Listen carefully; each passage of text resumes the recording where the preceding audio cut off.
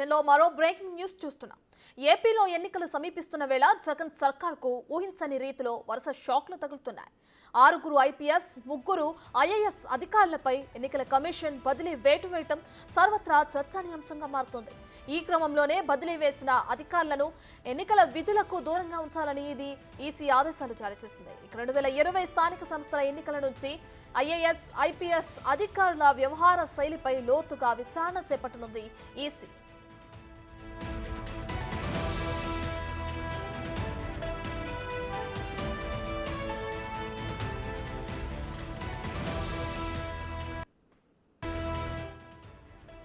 చిత్తూరు జిల్లా ఎస్పీ జాషువా, నెల్లూరు జిల్లా ఎస్పీ తిరుమలేశ్వర్ రెడ్డి, ప్రకాశం జిల్లా ఎస్పీ పరమేశ్వర్ రెడ్డి, అనంతపురం జిల్లా ఎస్పీ అన్బురాజన్, పల్నాడు జిల్లా SP Ravishankar Reddy, Guntur range IG పాలరాజులను బదిలీ చేసింది. అయితే అలాగే కృష్ణా జిల్లా ఎన్నికల అధికారి రాజబాబు, అనంతపురం జిల్లా ఎన్నికల అధికారి గౌతమి, తిరుపతి జిల్లా ఎన్నికల అధికారి లక్ష్మీషాను ట్రాన్స్ఫర్ చేశారు. అయితే మరో 5-6 అధికారులపై కూడా వేటు పడే అవకాశం ఉందని చర్చించుకుంటున్నారు.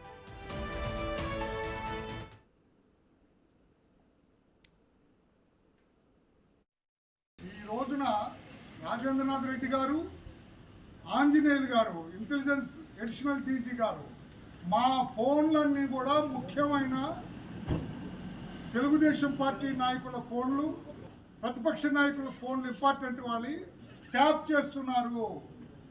ఏ రకంగా అయితే తెలంగాణలో ట్యాప్ చేసి జైలు పాలవుతున్నారో ఇప్పుడు వీళ్ళిద్దరు కూడా పెగాసిస్ అనే ఒక ఇన్స్ట్రుమెంట్ మీకు తెలుసు, ఒక సాఫ్ట్వేర్ ఇజ్రాయెల్ నుంచి కొనుక్కొచ్చారని కూడా మాకు సమాచారం ఉంది. పెగాసస్ని వాడి ఏ రకంగా తెలంగాణ వాళ్ళు మా ముఖ్య నాయకుల ఫోన్ కాల్స్ అన్ని ట్యాప్ చేశారో ఆ రకంగా ఈ రోజున మన director general police Rajendranath Reddy గారు, ఇంటెలిజెన్స్ అడిషనల్ డీజీ రామాంజనేయులు గారు కూడా ఆ ఫోన్లు ట్యాప్ చేస్తున్నారని రిలయబుల్ ఇన్ఫర్మేషన్ మాకు ఉన్నది. దాని మీద ఇదే అంశానికి సంబంధించి మరింత సమాచారాన్ని మా ప్రతినిధి శివ లైవ్లో అందిస్తారు. సో శివ, అటు ఏపీలో ఎలక్షన్స్ దగ్గర పడుతున్నాయి. ఒక పక్క చూస్తే 6 ఐపీఎస్ 3 ఐఏఎస్ అధికారులపై కూడా ఈసీ బదిలీ వేటు వేయడం ఇప్పుడు మనం చూస్తున్నాం. అయితే ఎన్నికలు దగ్గర పడుతున్న ఈ మూమెంట్లో ఇలా జరగడాన్ని ఎలా చూడొచ్చు అంటారు? అంటే ఇప్పటికే ఫోన్ ట్యాపింగ్ వ్యవహారం ఇటు తెలంగాణలో హాట్ టాపిక్గా మారింది. ఇప్పుడు టీడీపీ నేతలు కూడా అదే ఆరోపిస్తున్నారు, ఫోన్ ట్యాపింగ్కి పాల్పడుతున్నారు అని చెప్పి. ఓవరాల్గా ఇప్పుడు ఈ ఇష్యూని ఎలా చూడొచ్చు అంటారు? మొత్తం మీద చూసుకుంటే ఆంధ్రప్రదేశ్లో ఎన్నికల సమరశంఖం పూరించింది. అధికార ప్రతిపక్షాలు ఒకరిపై ఒకరు విమర్శలు, ప్రతి విమర్శలతో పొలిటికల్ హీటుని గ్రామ స్థాయి నుంచి రాష్ట్ర స్థాయి వరకు హీట్ ఎక్కిస్తూ ఉన్నారు.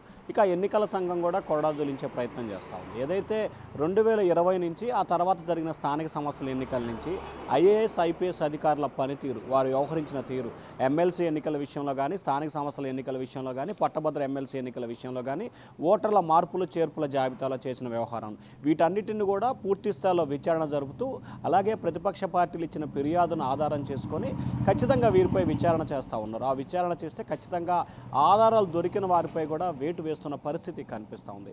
వాస్తవానికి గతంలో నంద్యాల జిల్లాకు సంబంధించి కూడా టీడీపీ నేత హత్య కేసుకు హత్య విషయంలో కూడా ఆ జిల్లా ఎస్పీని ఎన్నికల సంఘం విచారణకు పిలిచింది. కానీ ఆయన ఇచ్చిన వివరణ వాస్తవ పరిస్థితి అనుగుణంగా ఉండటంతో నిన్న పడ్డ దాంట్లో కూడా అతనిపై వేటు అయితే పడలేదు.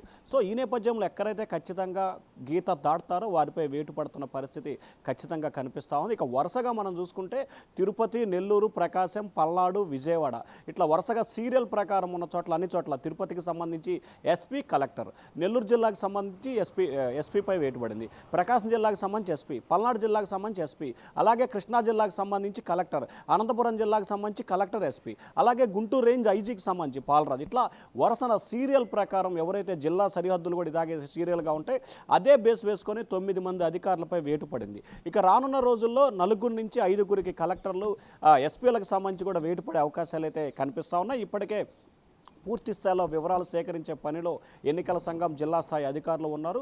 ఒకవైపు ఫిర్యాదులు చేస్తున్నారు, మరొక వైపు వేటు వేస్తున్నారు. ఇంకా తాజాగా తెలుగుదేశం పార్టీ అయితే తమ ఫోన్లు ట్రాప్ చేస్తున్నారు. Intelligence additional DG PSR Anjaneyulu, రాష్ట్ర డీజీపీ రాజేందర్ రెడ్డి నేతృత్వంలో మా ఫోన్లని ట్రాప్ చేస్తున్నారు. తెలంగాణ మాదిరిగా ఆంధ్రప్రదేశ్లో కూడా చేసి ఎన్నికల్లో లబ్ధి పొందే ప్రయత్నాలు చేస్తున్నారు. తమకు స్వచ్ఛమైన పక్కబందీ ఆధారాలు తమ వద్ద ఉన్నాయి. ఆధారాలన్నింటినీ కూడా ఎన్నికల కమిషనర్కి ఇచ్చాం. దీనిపై విచారణ జరిపి వారిద్దరిపై వేటు వేయాలని చెప్పి కూడా టీడీపీ ఇప్పటికే అనేక సందర్భాల్లో ఫిర్యాదు చేసింది. తాజాగా నిన్న సాయంకాలం కూడా ఆ పార్టీ జాతీయ ప్రధాన కార్యదర్శి వర్లరామయ్య మరోసారి ఈసీకి ఫిర్యాదు చేశారు. సో ఓవరాల్గా చూసుకుంటే ఆంధ్రప్రదేశ్ ఎన్నికల సమరశంఖం పూరిన దగ్గర నుంచి అధికార ప్రతిపక్షాలు విమర్శలు చేసుకుంటూ ఒకవైపు ఒకరిపై ఒకరు ఫిర్యాదులు చేసుకుంటూ కూడా వేటుపడుతున్న పరిస్థితి కనిపిస్తుంది. అంతిమంగా ఎన్నికల సంఘం చాలా ప్రతిష్టాత్మకంగా తీసుకుంది. ఎక్కడా కూడా విభేదాలు వివాదాలకు తావు లేకుండా హింసాత్మక సంఘటనలు జరగకుండా ఉండేందుకు చర్యలు తీసుకోవాలని చెప్పి కేంద్ర ఎన్నికల సంఘం భావిస్తూ ఉంది. దానికి అనుగుణంగానే ఎక్కడైతే హింసాత్మక సంఘటనలు జరిగాయో లేకపోతే ఎక్కడైతే పక్షపాత ధోరణి అవలంబిస్తున్నారో వారిపై వేటు వేస్తున్న పరిస్థితి అయితే ప్రస్తుతం ఆంధ్రప్రదేశ్లో కొనసాగుతూ ఉంది. తాజాగా చూసుకుంటే రానున్న రోజుల్లో ఆంధ్రప్రదేశ్ డీజీపీ అలాగే intelligence additional DG PSR Anjaneyulu CS Jawahar రెడ్డిపై కూడా టీడీపీ నేతలు ఇప్పటికే ఫిర్యాదు చేశారు. దీనికి సంబంధించి కేంద్ర ఎన్నికల సంఘం ఎటువంటి నిర్ణయం తీసుకుంటుంది, ఏ విధమైన చర్యలు తీసుకోబోతుంది అనే దానికి సంబంధించి కొన్ని రోజుల్లోనే క్లారిటీ వచ్చే అవకాశాలు అయితే కనిపిస్తున్నాయి. ఇప్పటికే వాలంటీర్ విషయంలో ఎన్నికల సంఘం చేసిన ఆదేశాల నేపథ్యంలో అధికార ప్రతిపక్షాల మధ్య ఒకరిపై ఒకరు విమర్శలు ప్రతి విమర్శలతో ఆంధ్రప్రదేశ్ గత 4 రోజులుగా పొలిటికల్ హీట్ అయితే కాకరేపుతా ఉంది. తాజాగా ఐఏఎస్ ఐపీఎస్ల బదిలీ వ్యవహారంతో వైఎస్ఆర్సీపీకి కోలుకోలేని దెబ్బగా మనం భావించాలి. ఎందుకంటే గత ఎన్నికల్లో కానీ ఇప్పుడైతే మనం గత 20-25 సంవత్సరాలు వెనక్కి వెళ్ళినా కానీ ఒక్కసారిగా ఆంధ్రప్రదేశ్ చరిత్రలో 9 మంది ఐఏఎస్ ఐపీఎస్ అధికారులపై ఎన్నికల సంఘం వేటు వేసిన పరిస్థితి లేదు.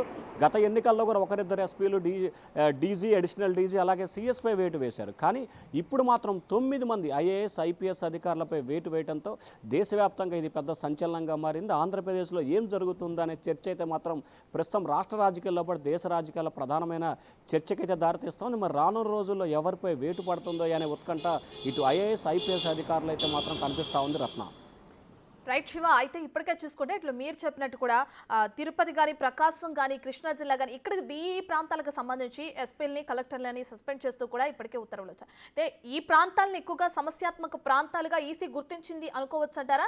అంటే ఇంతకుముందు చాలాసార్లు చంద్రబాబు నాయుడు ప్రస్తావించడం కూడా మనం చూస్తూనే ఉన్నాం, దొంగ ఓట్లు ఎక్కువగా నమోదవుతున్నాయి అని చెప్పి కూడా. సో ఓవరాల్గా ఎలక్షన్స్ దగ్గర పడుతున్నప్పుడు ఈసీ ఇటువంటి నిర్ణయం తీసుకున్నారని, దొంగ ఓట్లని ఇలాగే ఇటు ఫోన్ ట్యాపింగ్ కూడా చేస్తున్నారని ఓవరాల్గా ఈ ఇష్యూస్ అన్నిటినీ కలిపే ఈ 9 మందిని సస్పెండ్ చేశారు అనుకోవచ్చు అంటారా? దీంతో పాటు ముందు ఇంకో 3 ఎస్పీలు 2 కలెక్టర్ల గురించి కూడా ఈసీ వివరాలు సేకరిస్తున్నట్లు కూడా తెలుస్తుంది. వాళ్ళ మీద కూడా ఈ వేటు పడే అవకాశం కనిపిస్తుందా? అంటే ప్రధానంగా చూసుకుంటే ఆ జిల్లాలో ఉన్న సమీకరణలో ఆ జిల్లాలో ఎస్పీ కలెక్టర్ వ్యవహరిస్తున్న తీరు ఇప్పుడు మనం 9 మంది అధికారులకు సంబంధించి ఎన్నికల సంఘం వేటు వేసింది. ఒక్కో జిల్లాకు సంబంధించి ఒక్కో రకమైన ప్రామాణికం. ప్రధానంగా చూసుకుంటే అనంతపురం జిల్లా ఎస్పీకి సంబంధించి అనురాగ్కు సంబంధించి కూడా ఆయన కడప జిల్లా ఎస్పీగా పనిచేసినప్పుడు వివేకానంద రెడ్డి హత్యకు సంబంధించి విచారణ జరుగుతున్న సమయంలో సిబిఐ అధికారులపై కూడా రాష్ట్ర ప్రభుత్వం సూచనకు తలొగ్గి వారిపై కేసు నమోదు చేశారు. దాంతోపాటుగా అనంతపురానికి సంబంధించి అధికార పార్టీ నేతలకు అనుకూలంగా వ్యవహరిస్తున్నారు. 2 అంశాలు బేరేజ్ వేసుకుని అతను వేటు వేసింది. అలాగే చిత్తూరు, తిరుపతి, అనంతపురం, చిత్తూరు, మచిలీపట్నం, అనంతపురం ఈ 3 జిల్లా కలెక్టర్లకు సంబంధించి కూడా బోగస్ ఓట్ల చేర్పులకు సంబంధించి కీలకమైన పాత్ర పోషించారు. తెలుగుదేశం పార్టీకి సంబంధించిన నేతలు ఎన్నిసార్లు ఫిర్యాదు చేసినా కానీ చర్యలు తీసుకోవడంలో పూర్తి స్థాయిలో వైఫల్యం చెందారు. అనంతపురం జిల్లాకు సంబంధించి కొంతమంది అధికారులపై కూడా గతంలో కలెక్టరు అలాగే ఎన్నికల సంఘం వేటు కూడా వేసింది. అయినా కానీ ఆ జిల్లాలో అధికారుల్లో మార్పు రాకపోవడం మూలంగానే వారిపై చర్యలు తీసుకునేందుకు సిద్ధమైంది, చర్యలు కూడా తీసుకుంది. ఇక ప్రకాశం ఎస్పీకి సంబంధించి కూడా ప్రధానమంత్రి నరేంద్ర మోడీ సభ విషయంలో ఆయన పూర్తి స్థాయిలో వస్తున్న జనాన్ని అడ్డుకోవడంతో పాటు భద్రతాపరమైన వైఫల్యాల్లో అతను నిర్లక్ష్యంగా వ్యవహరించారు.